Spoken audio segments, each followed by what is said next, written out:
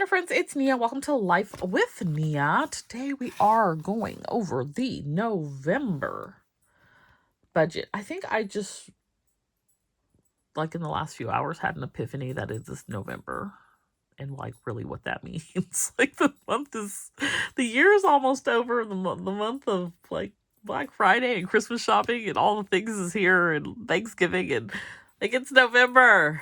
My gosh, the time is just flying by. Anyway, so we've got our November budget ready to go.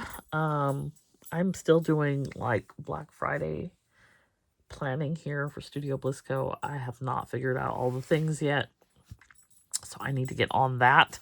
But we've got our budget together. So for November, let's talk about it.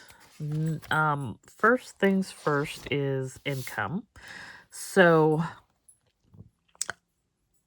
I am expecting $8,014. That is $5,639 from my regular income, which includes both a health and telework stipend. I have cut my Etsy income expectation in half because that is what I'm seeing the last few months, half or less than normal. And I had been estimating somewhere around $4,000 to $4,400. That is what Etsy pays me. I still have to take taxes and things out of that, and pay expenses out of that. So it's not like spending money, but I'm not seeing that come in anymore. And so I've cut it in half, even with Black Friday. I just don't know what to expect. So I'm going to err on the side of less, significantly less. So $2,200 is my estimate for what's coming in from Etsy. Again, that is what they send me. I still have to put aside, generally I put aside 25 to 30% for taxes, so I still have to set that aside and cover any expenses. And I definitely have expenses between art, sticker paper, and things that I need for this winter planner sesh box. So it's going to get real interesting here this month.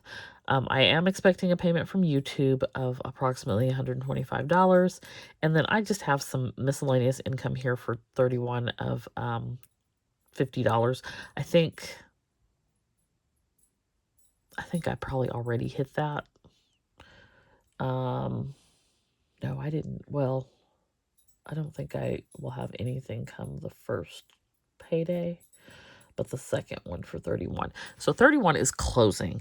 31 is a home organization solution company. They carry bags, totes, utility, home organization products, home decor, and they are closing completely. Like 21, I think, years in business, and they have decided to close their doors completely. So they will close in December, and unlike what I've seen with some other companies, they did give us a heads up and let us know, and we are able to continue to have our businesses until that time. I didn't spend a great deal of time the last few years working my 31 business, but I did still have a active website. I was still an active consultant, and I've been with them for over 12 years. So if you're interested in shopping, they are having an outlet sale the entire month of November. Things go up daily. I have no advance notice of what goes up. I can tell you panic buying has set in. Like, people are gobbling up all the things. So, if you are interested in something, don't put it in a cart and think you're going to come back later, because there's a good chance that it will not be there. But you can go to yourbagsolution.com. That is my 31 website, and you can shop there. I will also put a link down below for you. And I appreciate if anybody wants to shop. I do earn a commission, so that would be lovely. So that is what I'm thinking for income, $8,014. For expenses, So I didn't really have anything extra. Like the expenses, they took me out last month with that whole tax thing. So I'm not thinking anything crazy is happening this month. I do have the lettering box and the wax seal box, which I think are like 44 and 21. I have Thanksgiving, but I don't know what Thanksgiving. I don't know what's happening. I don't know. I don't know. I I don't know if I'm going somewhere. I don't know if I'm cooking something. I don't know. I probably will know. Thanksgiving is on the 28th. I will probably know on the 27th. Like, it is just not, it's not a thing like it used to be for me anyway. So I don't know. Also, this month, they're having a birthday party for my aunt. She will be 80. I don't know if I'm going, but I'm going to get her something. And, so I'm budget for that. Business expenses. I need clear sticker paper and I need things for the planner session box. Cost, that's probably like $400 or so, which is,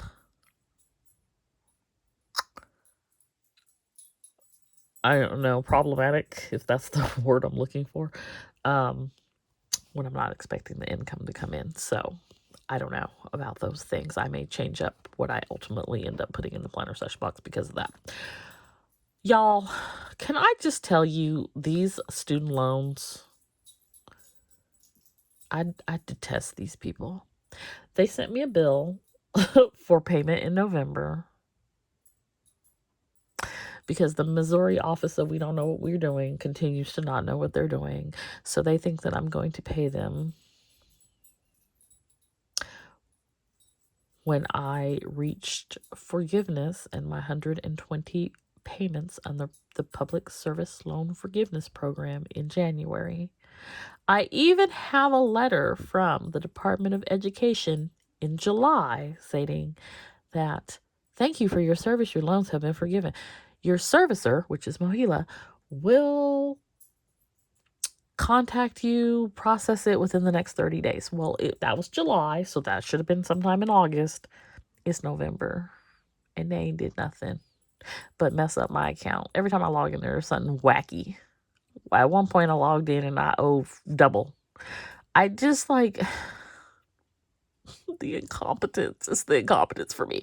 So like now what am I to do? Do I call? Because that's like 2 hour plus whole time to talk to somebody who doesn't know what they're doing. The last person I talked to didn't know what they were doing. And she was like, no, you need to keep making your payments and you need to give me your income so we can see if we can change your payment. No, we're not doing any of that. You can put me on Joe's on-ramp because I'm not paying you nothing. And I'm still of the opinion of I'm not paying you nothing, because why would I continue to pay you when I have met my obligation? Process it. Process it. It's not that hard. There's nothing showing anymore on PSLF. I have no counts. Like, I just don't understand. And every time they have something held up in court, I swear it makes it worse. I just, like, my particular thing was codified into law in 2007. This is not IDR forgiveness. This is public service loan forgiveness. Like, stop it, y'all. Stop it. You're just madness. It is absolute madness. What I do know for sure is I am not paying them, people. And if you put a ding on my credit, I will sue you. I'm gonna find somebody. I think we should, like, as consumers, like all these different states and things keep filing these lawsuits because they don't want it to be any easier on people to make these burdensome payments.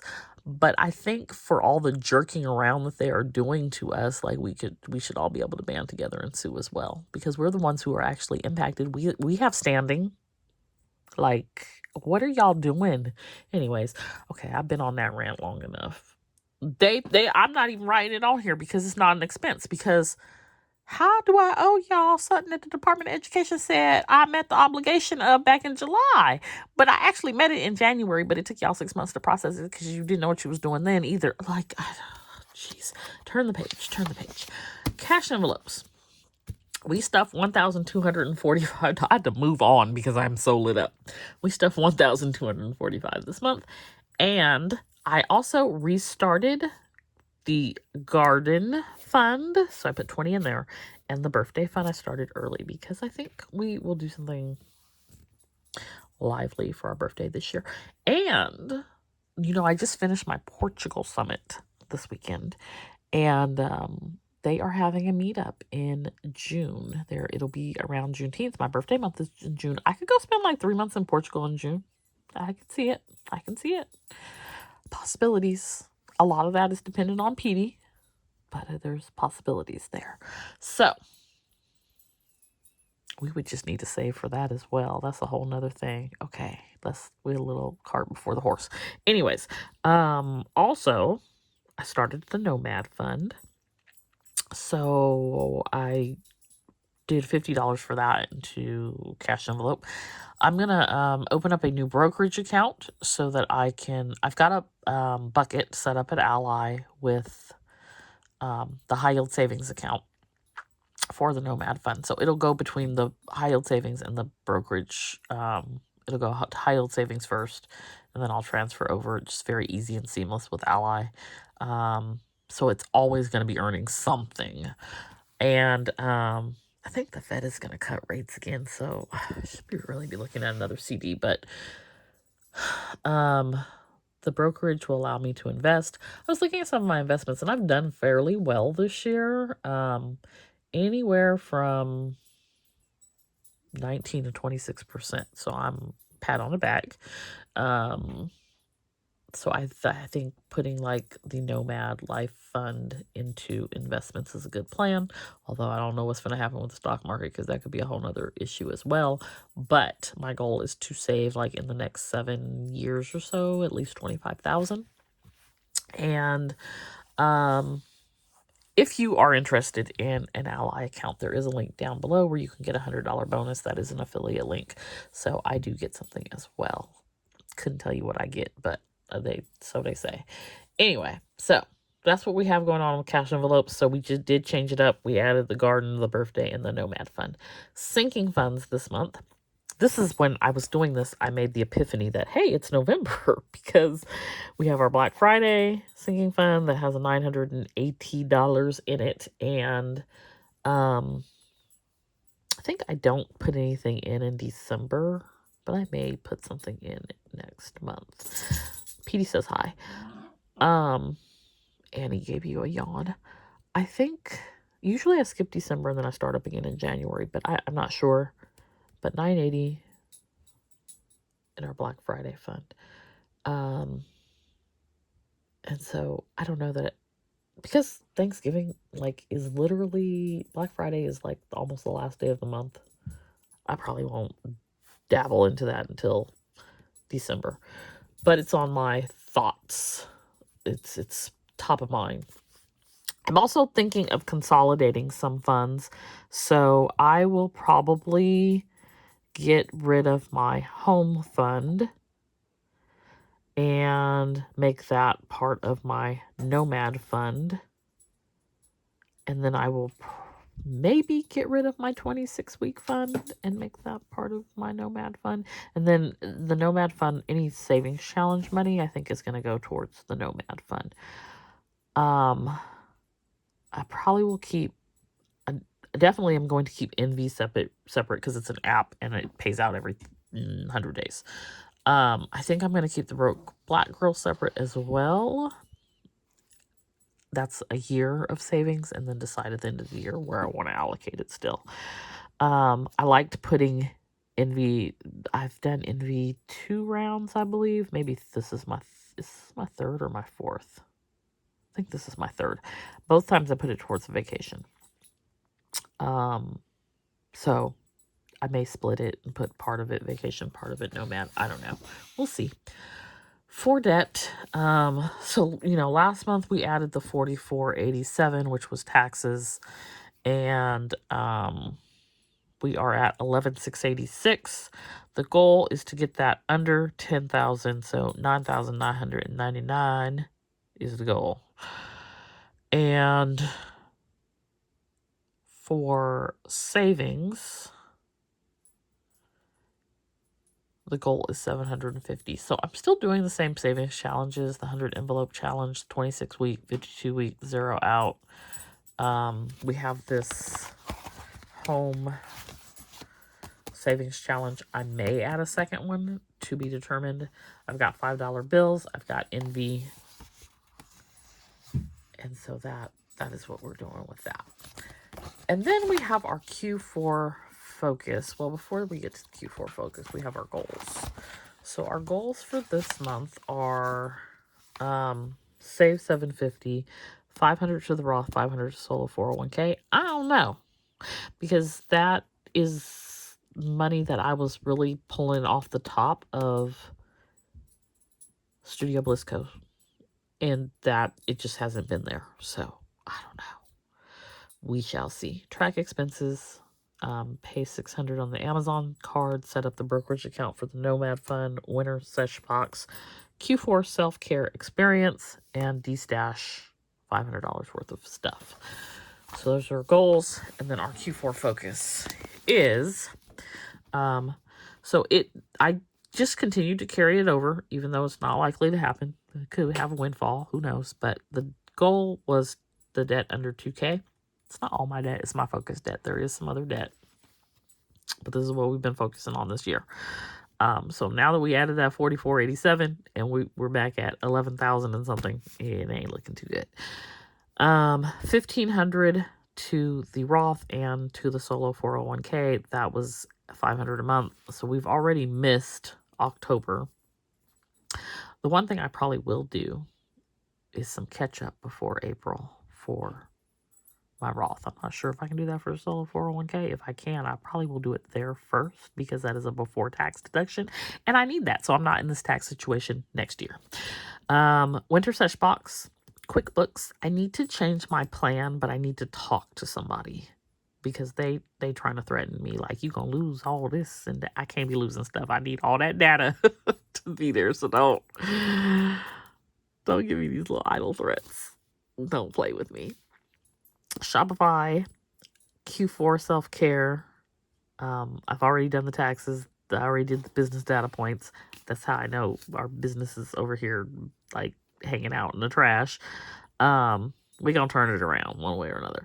Budget series. I'm excited to start the 2025 budget series. So this is what the annual budget stickers are looking like. I'm going to be finishing these up, and they should all be ready to go by Black Friday as well. So 2025 budget collection and the budget series.